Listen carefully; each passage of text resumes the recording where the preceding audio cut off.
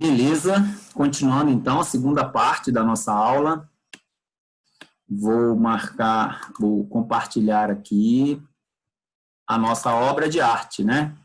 Foi quem que falou que foi uma restauração muito bem feita? Foi o André? Tiago. Tiago? Pois é, Tiago, essa aqui foi de doer, né?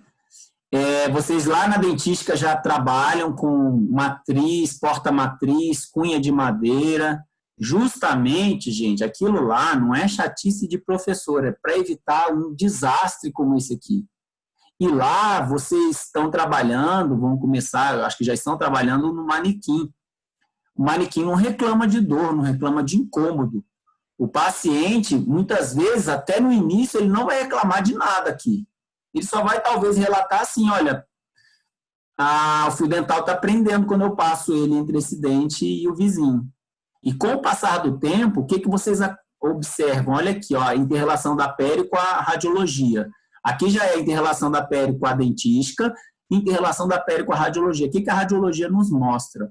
Uma perda da crista óssea alveolar na distal desse dente, que é o 36. Por quê?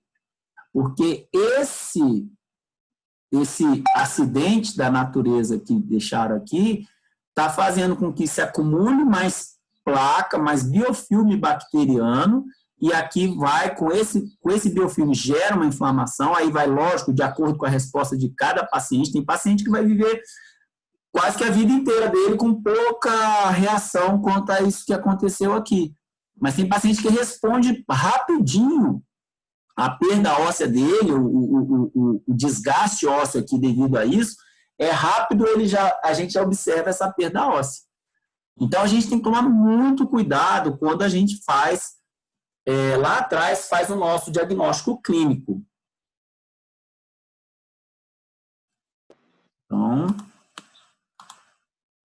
Professor, às vezes é a imagem que está ruim, aquela que o senhor passou agora, mas lá no periápse aí do molar, parece que a lâmina dura, ela estende, faz tipo um espacinho. É a imagem que está ruim ou não tem? Fernanda, a imagem realmente ela não está legal. Agora, o que a gente pode supor aí nesse caso? Como você mesmo percebeu, o espaçamento do ligamento periodontal, a imagem, a gente não pode, como você falou, a gente está fazendo uma suposição porque essa imagem está disforme, né? Que já pode ser uma reação dessa agressão desse dente. A gente observa uma certa proximidade do preparo, da cárie que o paciente tinha com o corno pulpar, que poderia estar tendo uma reação aqui. Agora, tudo na suposição, não poderia, né? Aqui poderíamos dizer que, como a gente está falando, uma deformação, né, da imagem, pode dizer que é um paciente jovem, pode colocar várias suposições, mas a gente pode colocar isso em discussão também, né? Se a gente tivesse uma imagem como essa, né? Uma imagem como afirmando e vendo que era isso que você está falando. Em decorrência de quê? Muitas vezes da agressão também, que uma restauração, né, feita de uma forma ineficiente causasse um problema. Nós vamos ver lá depois um problema a nível de... Aí já seria o quê? Relação da periodentística e o que aqui, gente? Quando envolve a polpa, endo. Né? Então, aqui é a inter-relação da pério com a dentística, mais uma vez. Olha só a cárie do paciente. Aqui já parece que já foi feita uma certa limpeza, uma asepsia da área cariosa. Olha a íntima relação que ela tem com o quê? Com o periodonto. Eu tenho que avaliar se, ao fazer a restauração desse dente, eu não vou agredir o meu periodonto. E se eu incorrer nesse risco de agredir o periodonto, eu não tenho que fazer qual técnica que eu teria que fazer, se é só afastar a gengiva, se é fazer uma cirurgia para tirar remover um pouco dessa gengiva aqui para ela ficar distante dessa futura restauração, se eu vou ter que envolver osso, remover osso também para que eu possa fazer uma restauração aqui que fique de acordo. Tudo isso eu tenho que ver já lá no início, lá no diagnóstico clínico. Quando eu tenho já, como a gente falou, o envolvimento de perda óssea, né, com bolsa periodontal, que muito provavelmente aqui tem, a gente nunca fala que tem bolsa periodontal só pela radiografia, né, como eu falei, tem que fazer um diagnóstico com a sonda periodontal, mas aqui a gente vê uma perda óssea vertical, vê perda óssea no meio da furca, vê um dente que é tratado, o canal, e tudo isso que está acontecendo aqui. Então, tem que ver o diagnóstico clínico, essa relação daí também. Quando eu vou fazer um tratamento de prótese, como a gente estava lá atrás pensando, vamos fazer faceta, vamos fazer coroa, né? Olha como aqui, muito provavelmente, a broca toca quando eu estou fazendo. Aqui é um dente preparado. Você vê que o dente ficou um pirulito, né? A gente toca na gengiva marginal, a gente toca nas fibras gengivais mais superficiais. Então, tem que ter todo esse cuidado e conhecimento. Quando eu vou fazer um tratamento ortodôntico, vejam aqui, quando eu vou fazer um tratamento ortodôntico, olha como que sumiu o dente aqui, vocês concordam? Ó, na parte cervical do dente, sumiu, tem a parte incisal, mas o que aconteceu aqui? Um crescimento da gengiva.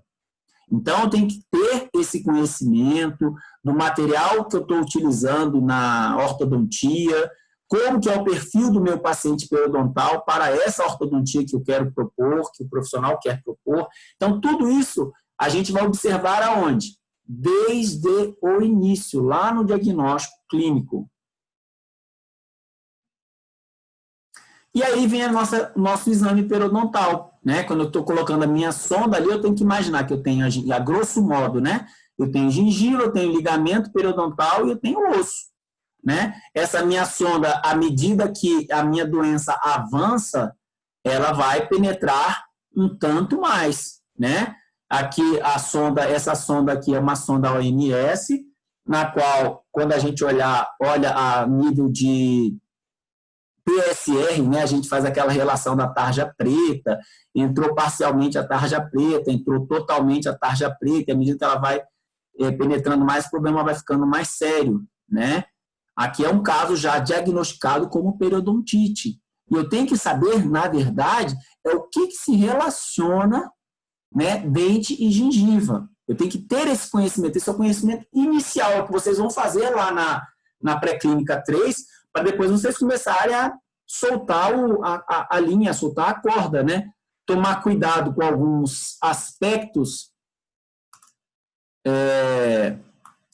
na hora de fazer a nossa sondagem, né? Uma sondagem numa situação normal. Aqui ilustra a sondagem onde tem cálculo. Aqui eu tenho que tomar cuidado onde tem uma cárie. Vocês conseguem observar que isso aqui é a gengiva, isso aqui é o dente com uma cárie, isso aqui é a gengiva, isso aqui é o dente com cálculo, isso aqui é a gengiva, isso aqui é um dente com uma coroa de prótese, faltando material, e aqui é com excesso de material, aqui é faltando. Por que está ilustrando isso aqui? Porque muitas vezes a gente faz uma subsondagem, ou seja, uma sondagem insuficiente, porque toca no cálculo ou na cárie ou uma dessas situações e acha que chegou ao fundo da bolsa, né? Então a gente tem que tomar muito cuidado com aspectos como esse. Eu tenho que saber fazer uma boa avaliação de mobilidade dentária do meu caso, do meu paciente. Tudo isso está lá no exame periodontal para que eu dê um bom diagnóstico, né? Eu tenho que verificar se não tem o quê? Pus, né? Às vezes eu faço uma sondagem superficial demais e não vejo nenhum desses aspectos e esse paciente já tem uma região com infecção ativa e eu não faço esse procedimento último aqui de uma palpação em áreas suspeitas para verificar se não tem secreção de pus. Tudo faz parte do exame periodontal. Lembrar que a gengiva inserida é aquela faixa, lembrar de uma coisa, gente, uma diferença que há entre gengiva inserida e queratinizada. A gengiva inserida, muitas vezes, ela não tem nem queratina, não é nem queratinizada. Nem toda gengiva inserida é queratinizada, né? A gengiva inserida é aquela faixa mais rosa pálido, né? Que tem logo abaixo da margem gengival. Por exemplo, essa gengiva que está aqui na margem, ela não é inserida, né? Vocês concordam comigo? Esse 1 milímetrozinho aqui, ó, que é a gengiva marginal livre, muitas vezes ela não é inserida. Ela é queratinizada, mas não é inserida. Então, tem que ter esse conhecimento. Isso aqui é só uma retomada de conteúdo, né? A questão da junção cemento-esmalte, eu tenho que ter noção de onde fica a minha junção cemento-esmalte, que, via de regra, normalmente ela tá coincidindo com a margem gengival, né?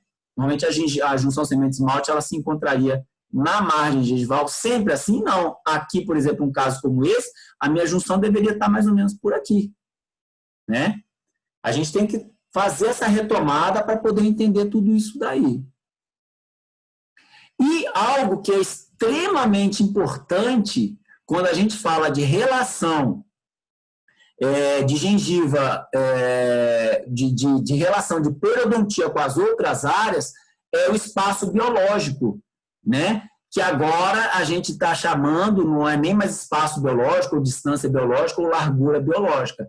É o espaço de inserção dos tecidos supracrestais, ou seja, sobre a crista óssea, né?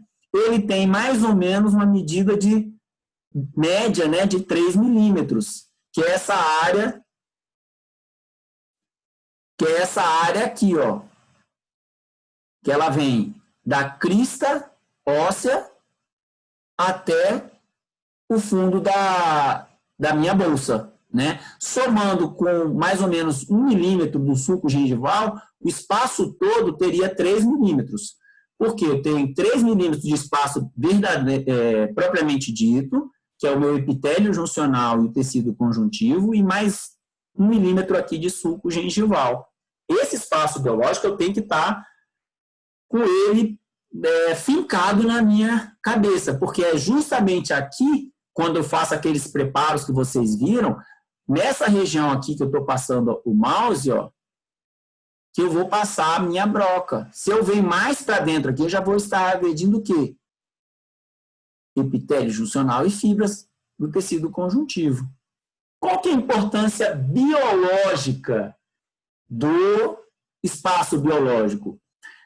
Relacionado ao fato, né, que a integridade desse tecido representa uma barreira de defesa entre a placa e a crista óssea. O que isso quer dizer? Se eu mantenho, se eu violo essa distância, essa barreira ela é rompida e, consequentemente, o paciente vai ter inflamações, perda de inserção. Aquele caso que o paciente falou, nossa, eu coloquei uma coroa, o profissional colocou uma coroa aqui, restaurou meu dente, a gengiva está subindo, a gengiva está fugindo daquilo ali como forma de defesa e esteticamente compromete, né? A gente não tomou o cuidado de verificar qual a distância que estava desse espaço e aí o nosso corpo faz o favor de fazer por nós. Essa é a importância biológica.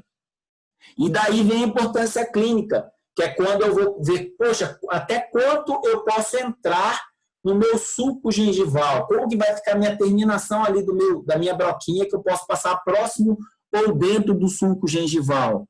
Né? É muito pouco, é coisa de meio milímetro, que é a espessura da maior parte dessas brocas de preparo para essa região, é o que a gente vai poder entrar ali.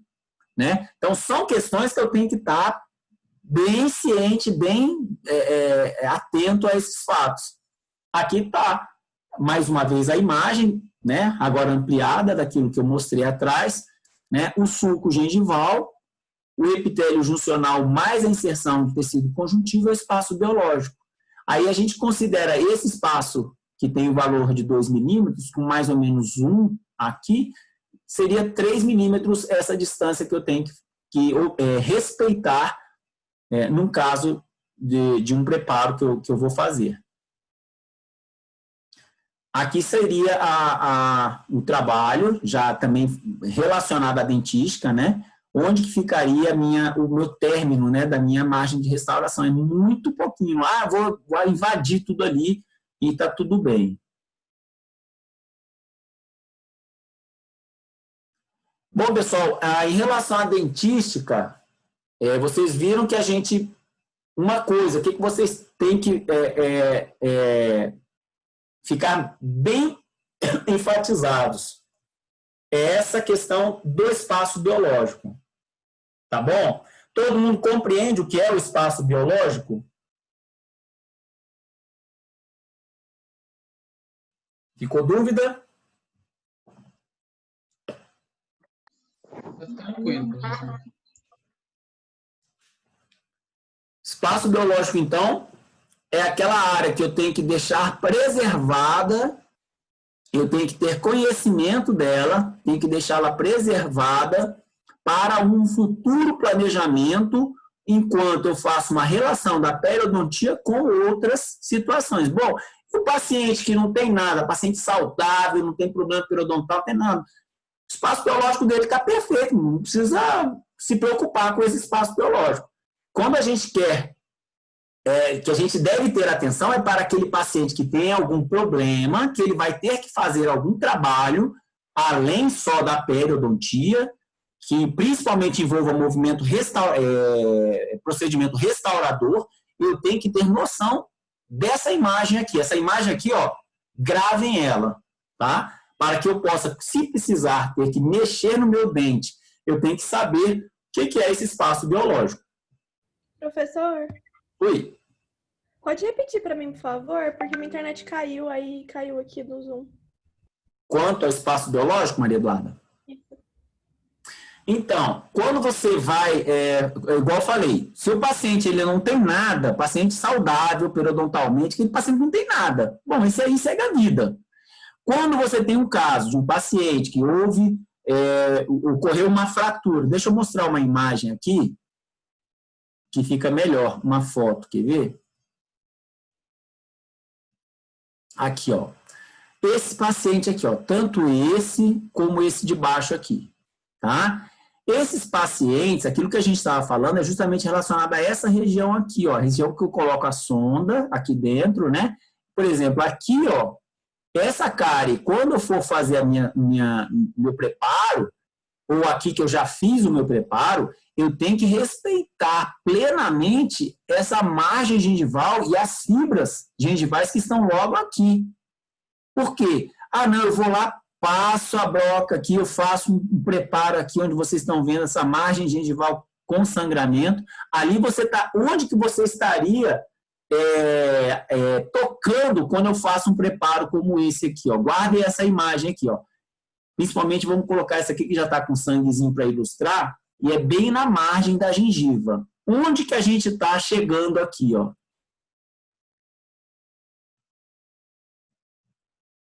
É aqui, ó. Lembrem-se que aqui é o dente, aqui é aquela margem da gengiva. Vocês viram que hoje estava sangrando naquela foto, bem aqui, ó. Ali a gente supõe que o preparo foi feito respeitando tudo isso aqui, porque senão, o que muitas vezes acontece quando o profissional não tem essa noção? Eu coloco a minha broca, invado a minha broca, aqui também ainda é dente, e vou chegar o quê? Muito próximo dessa região. Aí, eu faço o preparo, coloco uma restauração, a minha restauração vai ficar, o que a gente chama de invasão do espaço biológico. Ela vai ficar próxima demais dessas fibras, e é quando vocês, não sei se já tiveram a experiência de ver o caso que o paciente está com a coroa, chega lá na sua cadeira, por exemplo, e está com a coroa até bonita, protética, mas, doutor, isso aqui sangra muito e a gengiva está afastando do dente. Por quê? Porque foi feito um preparo que invadiu aqui, que violou essa área, chegou muito próximo dessa área aqui, que tem que ser respeitada, chamado espaço biológico, e o organismo, por si só, vai criar uma inflamação para que essa distância volte ao que era, né? É o que quando a gente chama de invasão do espaço biológico. É algo assim, que primeiramente a gente vai ter que aprendendo aos pouquinhos para a gente saber e sentir bem o que é esse espaço biológico. Pesquisem lá no Carranza para vocês fixarem mais a respeito de espaço biológico. E ele tem plena relação quando a gente vai fazer um preparo de prótese ou de dentística. Tá ok? Tudo bem agora, Fernanda? Maria Eduarda. Maria Eduarda. Porque agora, gente, a gente vai passar alguns conceitos básicos da inter-relação da periodontia com a ortodontia, que é isso aqui, né? Olha só que bacana essa foto. É o mesmo paciente, vocês conseguem acreditar? O que tem nessa foto do lado esquerdo aí de vocês? O que chama a atenção? A inflamação, né, na gengiva. A retração incisiva inferior da uma retenção muito Exatamente. É uma retração gigantesca. Olha aqui. O que a ortodontia faz nos dentes, nos nossos dentes? Qual que é o objetivo da ortodontia? Alinhar os dentes. Alinhar. E a gente alinha fazendo o quê? Movimentando, né? A gente tira o dente de um lado, se ele está inclinado, a gente desinclina, né? Ou joga ele todo de um lado para o outro. E o que acontece? Olha só que interessante. O profissional, daí, muitos alunos podem falar assim, professor, mas eu não quero nem saber de periodontia quando eu me formar, eu quero ser ortodontista. Beleza. Se vocês, como ortodontistas desse paciente aqui, não tiverem o cuidado de saber o que é, olha, um periodonto, uma gengiva extremamente fina, tá? Extremamente fina. O que acontece? Normalmente, o paciente que usa aparelho ortodôntico, a higienização dele já não é muito legal, né? Porque, querendo ou não, acumula a placa que acumula aqui, ele tem dificuldade de tirar.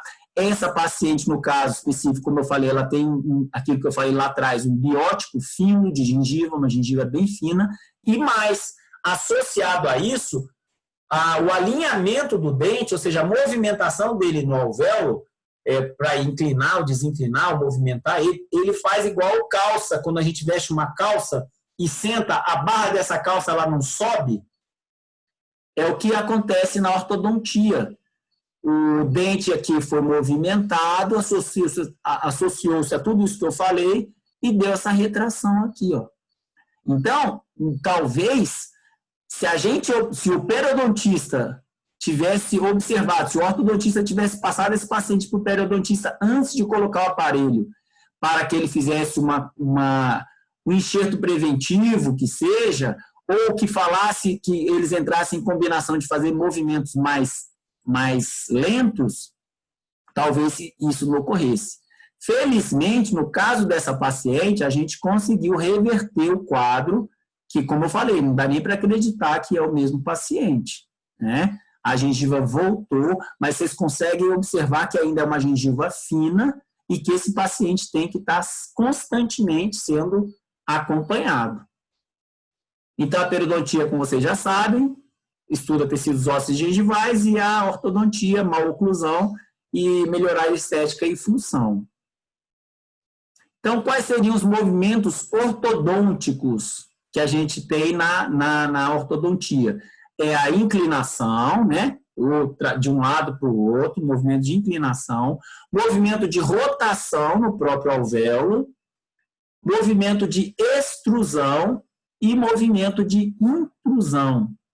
Além de torques, né? Como eles chamam de torques, leves movimentos que o ortodontista faz a nível de raiz, né? Os mais comuns que a gente vê são esses 4 primeiros aí: inclinação, rotação, extrusão e intrusão.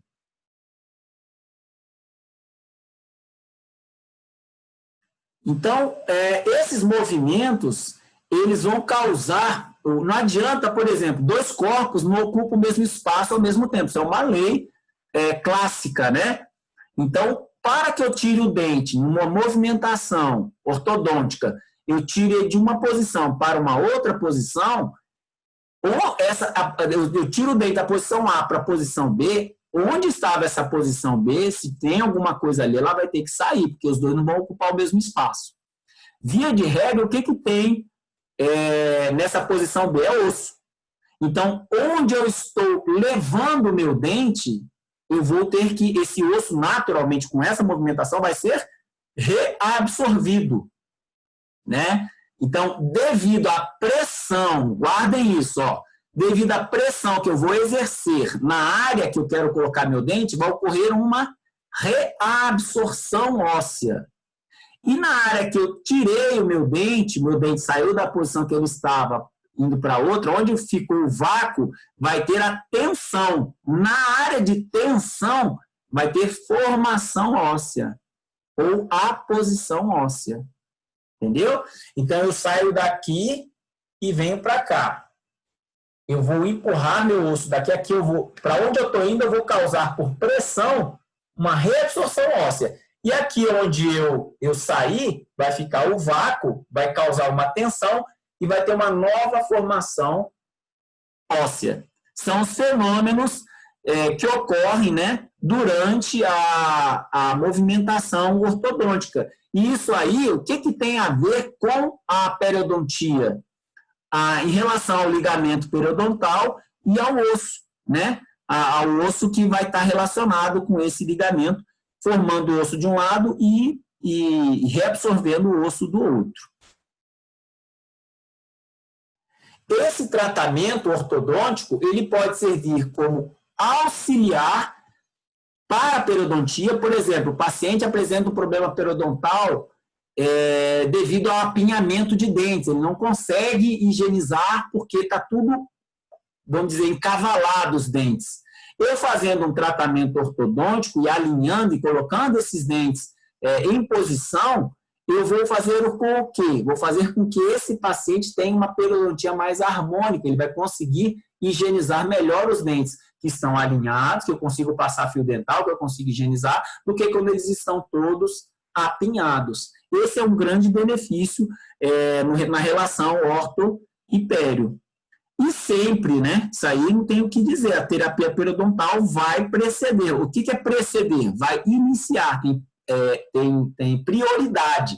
Aquele caso que eu mostrei atrás lá, se tivesse feito uma periodontia precedente antes da ortodontia, talvez a gente conseguisse prevenir o que aconteceu a nível de retração gengival.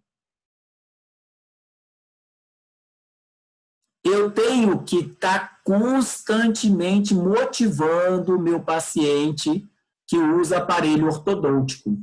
Então, quando eu vou falar de manutenção ortodôntica, eu tenho que estar constantemente motivando esse paciente, falando para ele que, olha, vamos treinar isso daí, que escovar dente sem aparelho é difícil, com aparelho, então, torna-se mais difícil. Eu tenho que habilitá-lo, né, para que tenha destreza para fazer essa higienização dos dentes com o aparelho.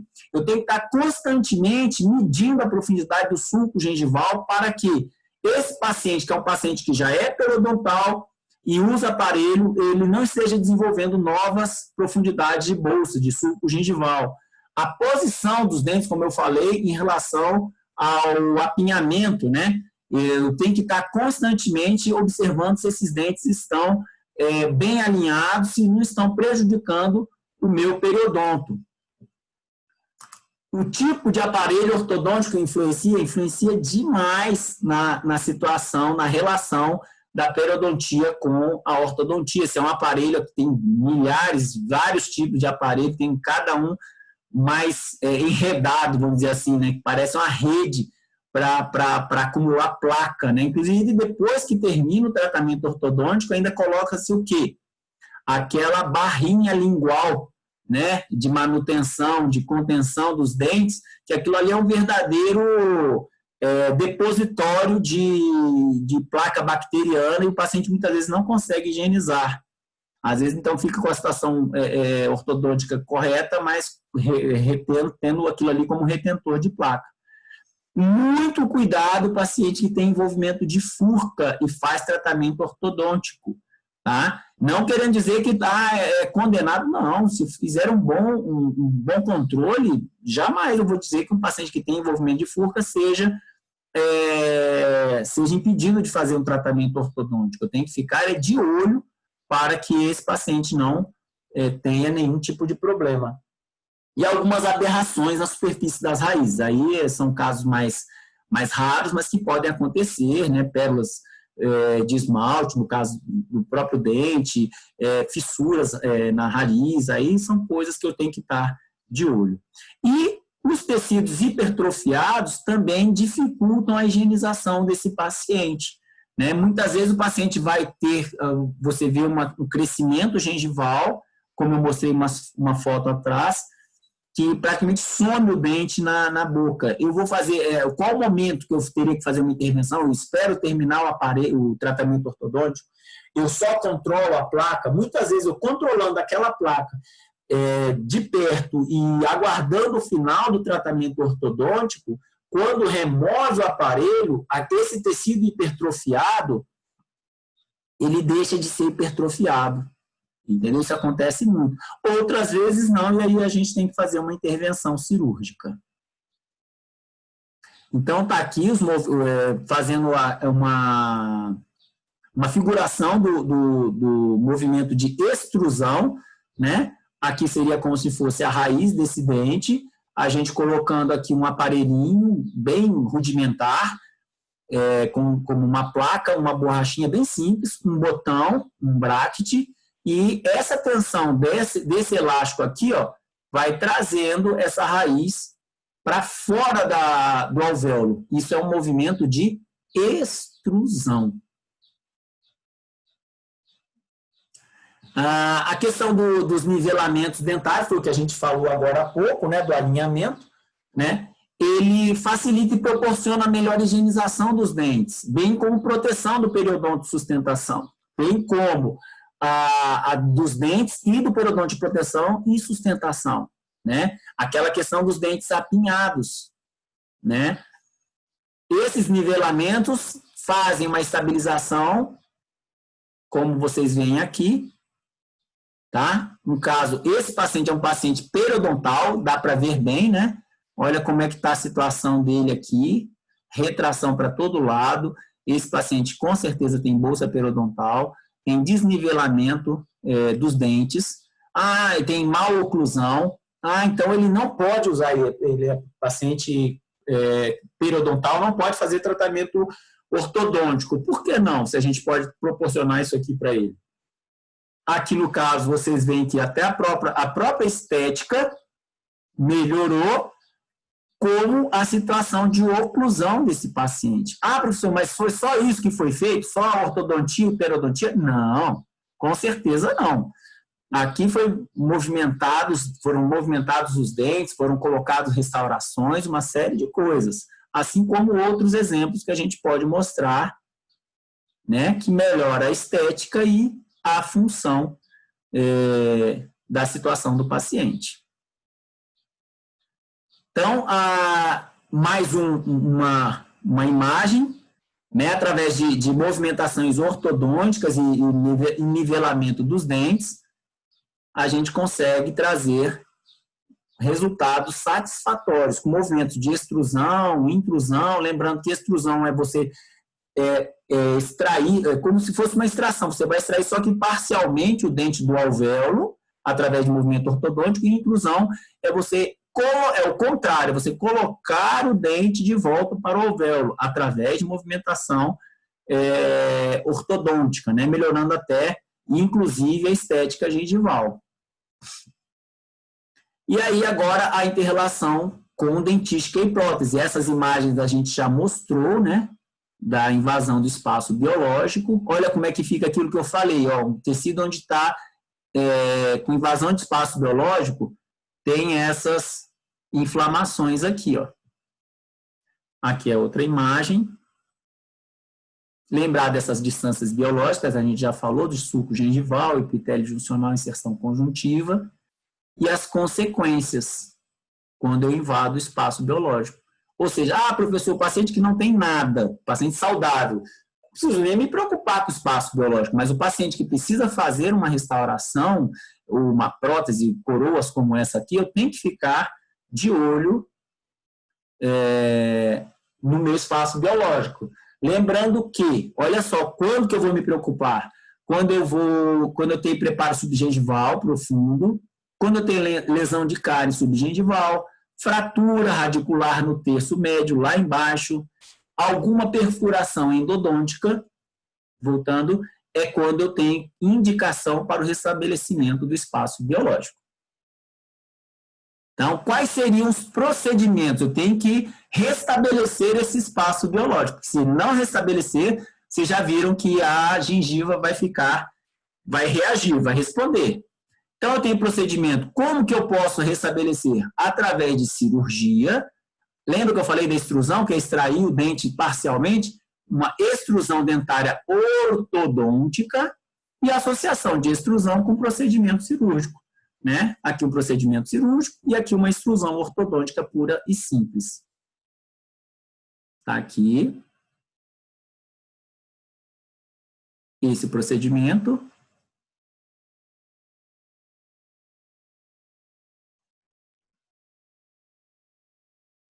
E o dente já saindo do alvéolo. Oi. Essa extrusão tá puxando o dente para baixo, tipo... Exato. Quem está falando? É Manuela. Manuela, exatamente, Manuela, é aquilo que eu mostrei antes, é a mesma imagem, ó. Uhum. É uma plaquinha de acrílico, faz uma moldagem nos dentes, ele fica com essa plaquinha mesmo, sabe?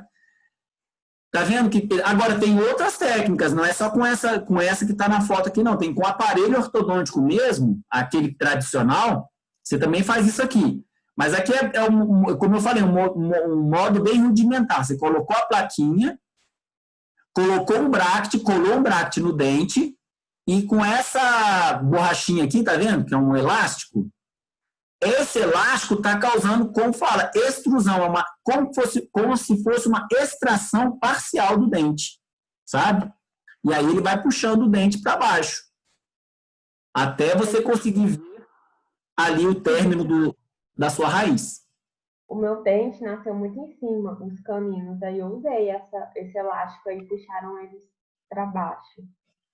Isso, exatamente. O que fizeram com você foi uma extrusão ortodôntica, também chamado tracionamento ortodôntico, Emanuela. Ok, obrigada. Nada, é a relação da pério, né, com a ortodontia, é muito bacana. Os contatos interproximais, então a gente toma muito cuidado, né, com esses pontos de contatos. Olha só, isso aqui é normal? Não é. A gente tem que tomar cuidado com isso aqui, por quê? Para não causar uma impactação alimentar, né? E acúmulo de placa e doença periodontal. O contorno das restaurações, eu tenho que ver o meu perfil de emergência, eu tenho que respeitar a anatomia natural dos dentes para evitar o sobrecontorno e não só o sobre, mas o subcontorno. Nosso tempo está faltando menos de 1 minuto, eu vou terminar aqui. Quando terminar, gente, a gente vai combinar aqui, eu vou mandar um WhatsApp para a Kelvia, vamos dar uns 10 minutos de intervalo, mas só para terminar aqui, a restauração, ela tem que ver esse perfil de emergência, eu não posso ter um sobrecontorno, nem isso aqui que vocês já viram, uma outra imagem, né? Olha só, o quadro que formou-se aqui devido a um não cuidado com a dentística, né? Então, perfil de emergência, contorno, respeitando a anatomia dos dentes,